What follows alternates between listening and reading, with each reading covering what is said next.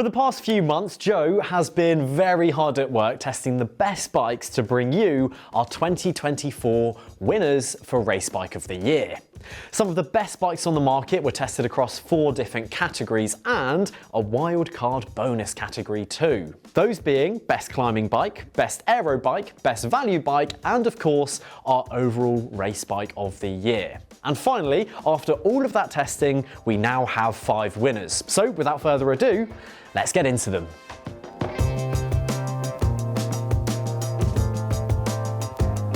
So Joe, talk us through the aero bike category. What were you looking for? Well, I think a good place to start with this one is that actually every single bike we test now, pretty much, has seen some sort of aerodynamic design process. It's either been in a wind tunnel or it's seen a lot of computational fluid dynamics. So what separates an all-rounder from an aero bike now is slightly different. For me, this award is going to be the bike that a sprinter would choose. So what would make Fabio Jakobsen choose a bike over what Tadej Pogačar might choose, for example? Okay, so in that instance then, and those being the parameters, to you, what makes a good aero bike? So there's a few things. First of all, stiffness.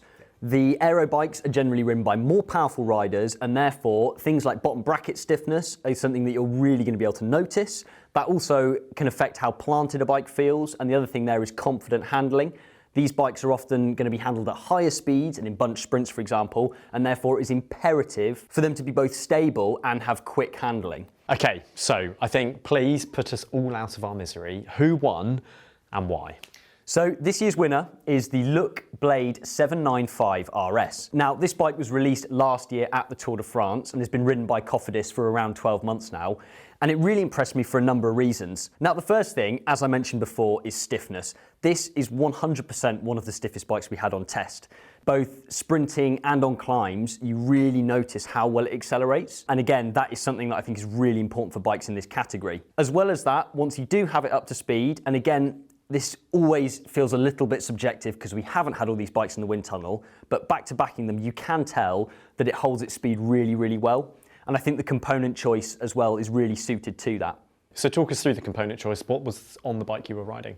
Yeah, so I was really impressed by the Corima wheel set. Now, they're also quite lightweight, so that allowed, again, for acceleration and sort of good top-end speed. What was really brilliant, though, is the cockpit. It does a really good job of being nice and stiff, which, by the way, for a lot of in-house cockpits is really not the case, not always the case at all. And it was good and stiff, but it was also quite comfortable. Of course, these are race bikes, so perhaps you don't expect them to be the most comfortable, but it's still really important. A lot of races are long, and a lot of our riding on these race bikes as well is going to be long days in the saddle. Couple that as well with the fact that this is a 2-piece setup and a very neatly integrated one at that, and I thought it was worth shouting about. Okay, that's great to know, but are there any other key points that you thought were particularly good or maybe particularly bad? So I think 2 things. Firstly, the bike climbs fairly well, which, by the way, no aero bike in today's market really, with so many all-round machines, can climb badly. And as I mentioned, it's not too heavy, so this build comes in at 7.48 kilos, which is still, I think, respectable for a bike in its category. And then the other thing is the handling is really good as well. So it was probably the most stable bike on test, 410mm chainstay, so slightly longer, which means it doesn't feel quite so responsive as some of the other bikes on test, but it does mean you can really get the most out of it on sort of more technical terrain and, for example, in a bunch sprint scenario. So obviously the Look won. But how did it compare against all the other bikes that you were testing? Why did it win compared? So yeah, this is a really important point. The main thing that the Look does incredibly well is acceleration. So for example, the Enve was a super, super quick and comfortable bike at high speed, but in terms of how it got there, it just wasn't quite as fast. Now, the other thing to mention as well is it climbs better than other aero bikes I've tested as well. The Canyon Aero is a prime example. Brilliant bike, and again, fast, but just has a slight numbness to the ride feel. It doesn't quite get up and go as quickly as the Look, and that's where it really impressed me. And that also, which I think this is a massive consideration for anybody spending a vast amount of money on a new bike, makes it a lot more fun too.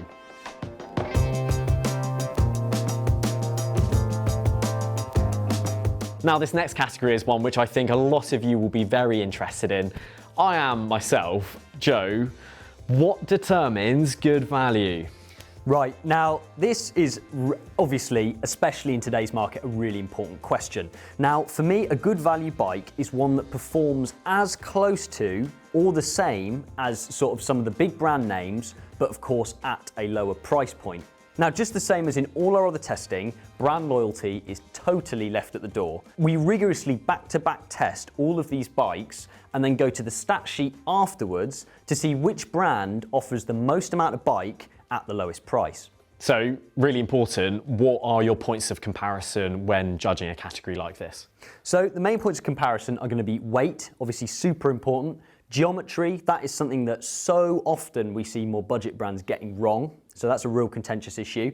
Features as well. Sometimes on value models, bike brands will choose specific components like handlebars, for example, to really skimp out on. So we look out for that. And of course, stiffness, comfort, and ride feel. So tell us, who won? So the winner of the best value bike for 2024 is one you might not expect. It's the Merida Scultura 9000. Tell us why. Why? Because that is a shocker. Now, the Merida impressed me from ride one. The biggest thing that struck me initially was the bottom bracket is super, super stiff. Now, this makes for kind of an electric ride feel, really, really quick to accelerate, and it does all this at a price of £6,750, which, yes, is a lot of money, but compare that as a top-level frame set to the likes of the Specialized, an equivalent bike from Specialized, you're talking over £10,000, it's a real, real saving. Wow. I think the question that's on everybody's lips though, and the one that's on mine, the Van Rysel RCR. The superbike killer, indeed. I can't believe it didn't win. Why didn't it win? So a lot of you will be thinking, of course that bike's going to win. It came out £8,500 or £9,000 for a World Tour spec bike. Why didn't it win? Well, we did test it, and I did back-to-back test these two bikes in particular. And the truth be told, the Van Rysel, I just couldn't fall in love with it. Interesting. So it was mainly down to a ride feel thing? Ride feel, indeed. So the Van Rysel boasts a real lightweight frame. Yep. So you're talking 790 grams, I think, for a size 56, which is actually lighter than the Merida at 830 grams, I think. And in fact, Van Rysel's goal when building that bike was to be able to build a bike to 6.8 kilos, which actually, as we mentioned, the Merida comes in a little bit over that. But the big thing here was that I just, as I said, I couldn't fall in love with it. And as you said, that comes down to ride feel. So what do I mean by that? I think the Van Rysel was fast once you got it up to speed, but it had just a slightly numb ride feel.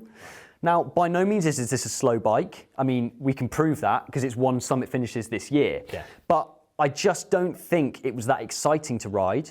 And at the end of the day, it is still £8,500. There are no concessions for a £4,000 bike here. It's not half the price as its competition. So really, we have to be rigorous. And I think the biggest thing as well is if you look at the price points across the range, Van Rysel slightly has Merida beat at the very top end, but as soon as you get to that mid-range, they start overlapping, and actually some of the cheaper frame sets that Merida do are actually cheaper for the same spec than the Van Rysel.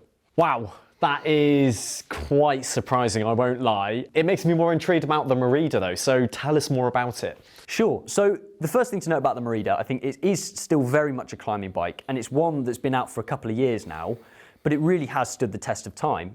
Plenty of World Tour victories, of course, with Bahrain victorious. But the first thing to note is that it's kind of arguably slightly outdated in terms of sort of tube profiles. It's less of that sort of all-round ilk than other bikes on test. But I think the climbing bike is still a formula that, when executed well, creates an incredible riding bike. Merida has also done a brilliant job of speccing the bike too. So our bike that was on test was specced with SRAM Force and also had a really, really nice cockpit as well. So that was Merida's own cockpit. It's relatively slim, so still, designed with aerodynamics in mind, but also it did a good job of being stiff in the right places and comfortable as well. And all round, it just made for an engaging, fun bike to ride, which again, spending this much money is really important. But the key features about this bike, it all starts with a fantastic geometry. It shares the geometry with the Merida Reacto, their aero bike. A really stiff bottom bracket and head tube make it fly up the climbs and be really confident on descents too. Now, couple all this with the price tag when it was going really toe-to-toe with some of the much more expensive bikes on test, and it made it an obvious choice for the best value bike of 2024.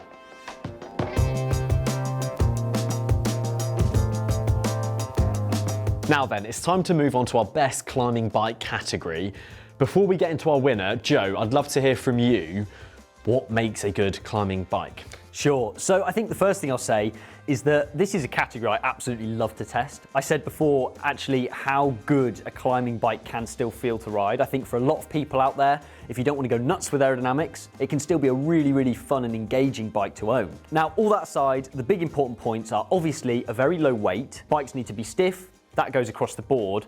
But another one is geometry. Now, actually, depending on how the geometry stacks up, a bike can feel really different when you put it up on a steep gradient. So some of these bikes feel a lot more responsive out the saddle and really lend themselves to those steep climbs. And others feel maybe just a little bit slower. We're looking at stuff like chainstay length here. So, who was the winner?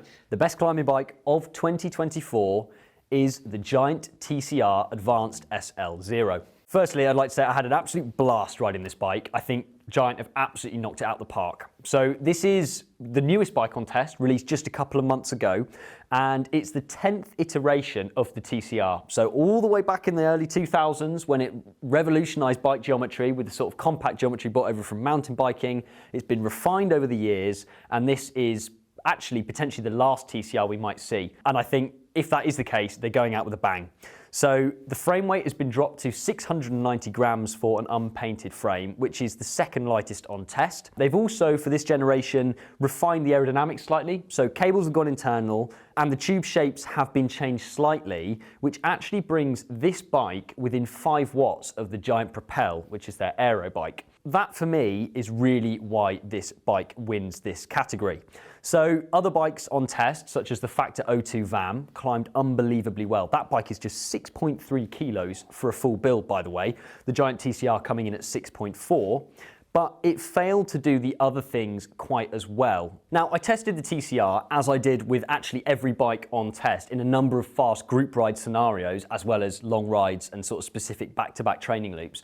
And it was here that the bike actually really impressed me the most. You get a 6.4 kilo bike and you expect it to be quick uphill, which, by the way, of course, the Giant TCR is. But what's amazing about this bike is when you get it in a high-speed scenario, how well it handles. It's a really dynamic bike to ride. And in my local chain gang, for example, which is about 35 Ks and only 200 meters of climbing, so it's relatively flat, I felt like this bike was absolutely not to my detriment. It was still a really quick bike in sort of those higher speed scenarios. So it's the combination of the fact that it climbed as well as any bike on test. That's Specialized Tarmac, Factor 02 VAM. It climbed as well as any bike on test, but it was quicker on the flat than some of the other climbing bikes. And actually the geometry made it super fast handling as well. As we know with climbing bikes, they go up incredibly well. And it's great to hear that it's worked really well on the flats. But on those longer descents, does it still feel at home there, and does it still feel balanced and poised? Sure. So the first thing is I say, yes, it does. Now, it's not the best descending bike on test. I think actually, if I were going to have to choose, that would be a toss-up between the Enve Melee, which we'll talk about soon, and the Specialized Tarmac as well. Both of those have a real confident feeling. But the bike handles really quickly, so 405mm chain stays, which, as I mentioned, makes it both great for dancing up climbs out the saddle, but also makes it change direction really quickly, which is brilliant. And the other thing that Giant have done incredibly well is the stiffness in the head tube. Now, one of the anecdotal tests I tend to do with all the bikes I ride is a test for head tube stiffness. Now, I'll get the bike up to really quite high speed and then violently wiggle those handlebars in the drops at sort of 40, 50, 60k an hour, which isn't to be advised, by the way. I think it's worth we say. But what it does is it gives that head tube a chance to sort of start oscillating. And if a bike isn't stiff in the head tube, you will start to notice that. Now, the Giant was absolutely stable at those high speeds, which I think is really impressive. And it gives the bike quite a lot of confidence, even though the back end is really short and it handles really well. So yes, it does go downhill. It does feel slightly more precarious than, as I said, something like the Enve, but I was really, really impressed overall. Now, Joe, we do know that Giant does tend to be really good in terms of its value, so I'd be keen to hear your thoughts on the rest of the range, because obviously the bike that you've tested is 5 figures. So yes, what do you think about what else is available? Yeah, so I think important to note that this was a range-topping bike and it felt absolutely brilliant. But as you said, Giant has been really good generally at trickling down that technology. Now, while I haven't ridden any of the other bikes in the range, I would still recommend it. I think actually the fundamentals of stiffness and geometry tend to not change so much. And actually it's worth remembering back to last year's Race Bike of the Year testing, where Stefan hailed the Giant Propel for having such good frame quality at around the £2,500 price mark. So although you will forego these lovely Cadex wheels, which are so fast by the way, and you will forego as well the different seat clamp design and run sort of a more standard seat post, gain a little bit of weight on the frame, the fundamentals are still there, so I'd still recommend it. And I'll say as well, this bike ran our overall winner its closest race.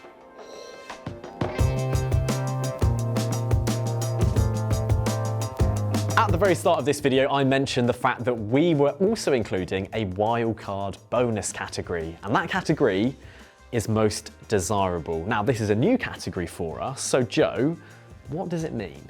So a desirable bike, of course, has to be aspirational and it has to be a dream ride. But really importantly, it has to have a personality. Here we're looking for something a little bit different as well, a bit of panache, something that's not quite so run-of-the-mill. And I think other really important aspects as well, it's got to be customizable and it's got to be ready to ride from the moment you receive it. So here we're looking at sort of the dream ride experience rather than perhaps just the best race bike if I was going to go and try and ride the Tour de France. Gotcha. So I think we can reveal that the winner was the Enve Melee. I'd be interested to hear though, what other bikes were in the running for this category? So I think the Specialized Tarmac SL8 had to be up there. I think especially in that red paint job, it just looks brilliant, doesn't it?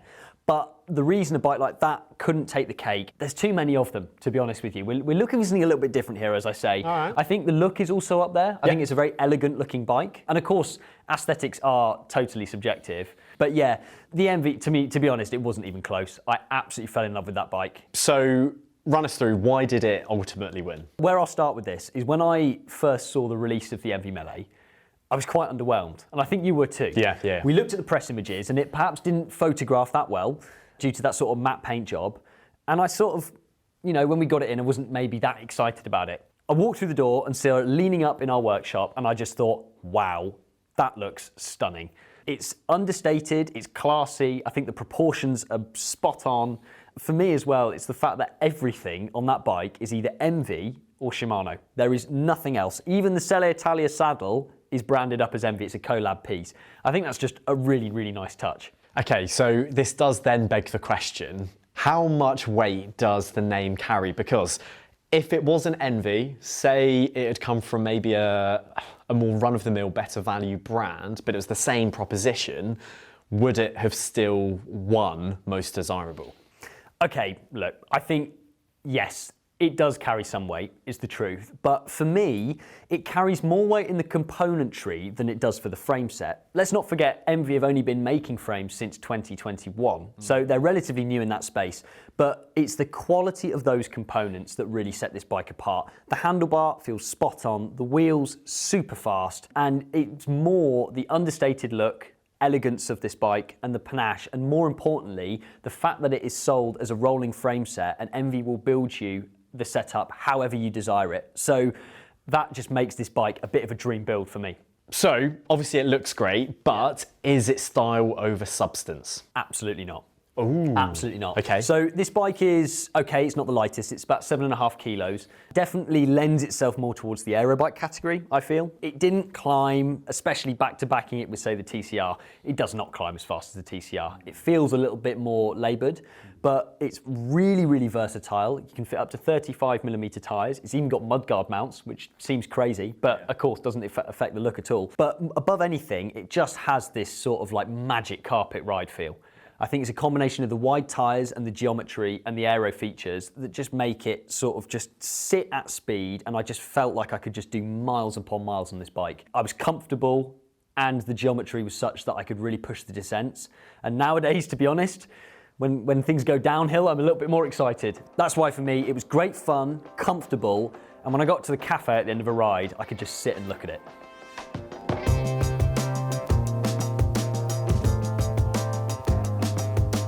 The time has come. We are now going to reveal our overall race bike of the year winner for 2024. So Joe, tell us who won. So the winner of Cycling Weekly's Race Bike of the Year for 2024 is the Specialized S-Works Tarmac SL8. But hold on, because you're probably thinking this is an obvious choice. Specialized is the biggest brand. It was the most marketed bike of last year. Why have you chosen this? Well, let's give a bit of context around how we're ranking this bike for starters. Now, how I was tackling the whole sort of Race Bike of the Year testing and ranking was that if I was going to try and get round a pro race and I had all the equipment on the table, what would I use to get me as far as possible? This means a bike needs to be aerodynamic, it needs to be good in high-speed scenarios, it needs to handle really quickly, it needs to be stable, as all these things we've mentioned in the bunch, in sprint finishes, when the race points uphill, it needs to be fast and responsive, and it needs to be comfortable too. After all, we're talking about sort of long rides for us, or long races for the pros, it can't be fatiguing either. And truth be told, the SL8 does all of those things unbelievably well. So Joe, tell us, why did the SL8 win? So, truth be told, Specialized have hit an absolute home run with this bike. It does so many things so well. The full build that we had on test weighs just 6.68 kilograms. Now that is ready to ride. They've managed to get a frame weight down to just 685 grams for a painted 56 frame. That, in combination with the finishing kit, so the Roval CLX2s, which are widely considered to be the industry standard, just makes for a bike that is literally the fastest bike on the flat that we had on test, and a bike that climbs genuinely as well, except for maybe the really steep gradients, as the Giant TCR. Wow, okay, so talk to us a little bit about the stiffness and how that played out in both climbing, descending, and on the flats. Sure, so Specialized increased that stiffness to weight ratio, but that didn't just mean they lost weight, the raw stiffness also improved. Now, that is really this bike's party piece, I think. The bottom bracket and the head tube are just rock solid, really, really stiff. Okay, if I was a sprinter, I think if I had one gripe, I think the bottom bracket, when I really leant the bike over, I could feel it moving a tiny bit. But we have to remember that we're talking about a bike that's 6.68 kilograms here. Yeah. And particularly the head tube as well, just means that when you're going uphill, the handlebars just don't move around. You can just dance around on the bike. And when you point the thing downhill, it's just so stable and I can just push it so hard. It's also worth saying as well, we've got the shortest wheelbase here and again, 405mm chainstays, which just makes the bike change direction so quickly. So how does that then play out on the descent? Does it ever feel twitchy or does it feel too fast? Or did you always feel like you're in control? I did feel in control, for sure. I think potentially I would say for more advanced riders, I would say it's maybe less easy for anybody to just jump on and feel secure straight away.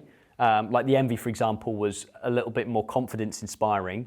But if you're an experienced rider, I think you can get the most out of the SL8.